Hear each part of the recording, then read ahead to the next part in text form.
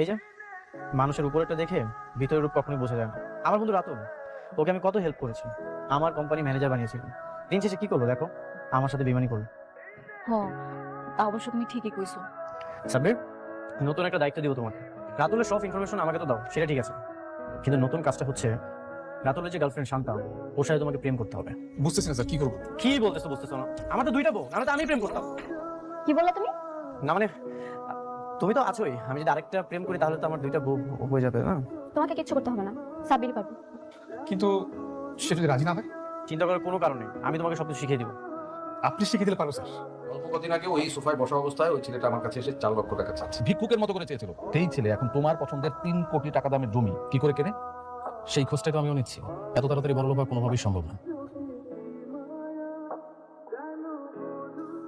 High মেঘলা, কেমন আছো তুমি? ভালো, তুমি কেমন আছো? আলহামদুলিল্লাহ আমি ভালো আছি। কোথায় যাচ্ছ? গেছিলাম একটু খালার বাসায়, এখন বাসা যেতে। আচ্ছা গাড়ি করে বসো, সামনেই আমার বাসা, চলো ঘুরে যাবো। আজকে না, আরেকদিন আমি কেন? আরে না, আরেকদিন কেন? আরেকদিন আমি হাসবেন্ড নিয়ে আসবো। আজকে আমার সাথে বাসায় আছে, তোমার সাথে পরিচয় করে দেবো, চলো আসো। আজকে?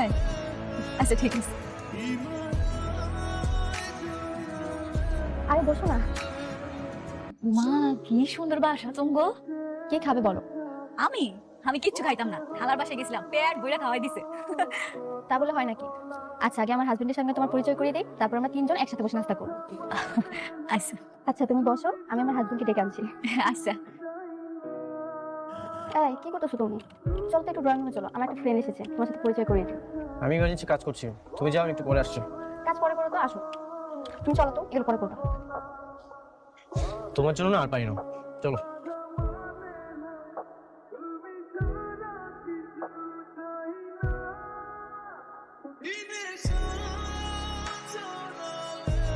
পরিচয় করিয়ে দিই, ও আমার হাজবেন্ড অনিক মাহমুদ, আর ও আমার ফ্রেন্ড মেঘলা। আসসালামু আলাইকুম। ওয়ালাইকুম আসসালাম। এই হচ্ছে আমার স্বামী। আমার এত সমস্যা জানার পরেও আমাকে ভালোবেসে আগলে রেখেছে। তুমি বলো, এখনো কি পৃথিবীতে এরকম ভালো মানুষ পাওয়া যায়? না, তুমি সত্যি অনেক ভাগ্যবতী। ওনার মতো একজন ভালো মানুষ তুমি পাইছো। হ্যাঁ ঠিকই বলেছো। আচ্ছা তোমরা বসে গল্প করো, আমি নাস্তা নিয়ে আসছি। না, আমার অনেক কাজ আছে, আজকে আমি চলে যাই, আরেকদিন আসবো। কি রে মেঘলা, কি হয়েছে তোর? তুই কাঁদতেছিস কেন? মারে মামা কিসে কান্দাস কেন? তোর কেউ কিছু কইছে? আমারে ফোন দিমু? ওই বিশ্বাসঘাতকের আর ফোন দিও না আব্বা। ওই আমাকে সবার লগে বিশ্বাসঘাতকতা করছে। এর আগেও কিন্তু তুই 2-3 বার একটু ভুল বোঝাবুঝি করছো। এইবার আর আমার কোনো ভুল হইতেছে না, নিজের চোখের সামনে সব দেখছি তো। আচ্ছা তোমাকে কোনোদিন মনে হয় নাই অনেকে রাতারাতি এত বড় লোক হয়ে গেল, কেমনে হয়েছে?